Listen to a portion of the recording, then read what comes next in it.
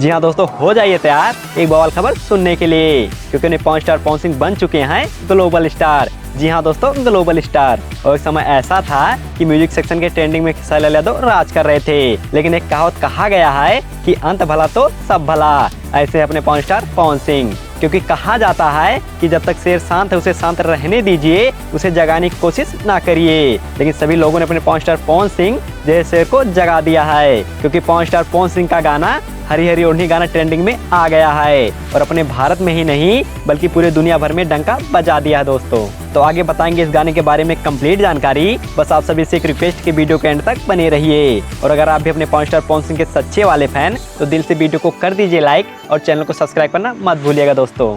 तो दोस्तों सभी लोग अलग अलग लोगों को बताते रहते हैं कि इनका गाना नंबर 1 है या फिर उनका गाना नंबर 1 है, लेकिन दोस्तों इस समय मार्केट में केवल पॉर्न स्टार पवन सिंह का गाना बज रहा है और किसी का नहीं बज रहा है। भले ही कोई किसी दूसरे को बताए, लेकिन इस समय पॉर्न स्टार पवन सिंह ने डंका बजा दिया है और अपना गाना हरी हरी ओढ़नी नंबर 1 ट्रेंडिंग में ला दिया है दोस्तों।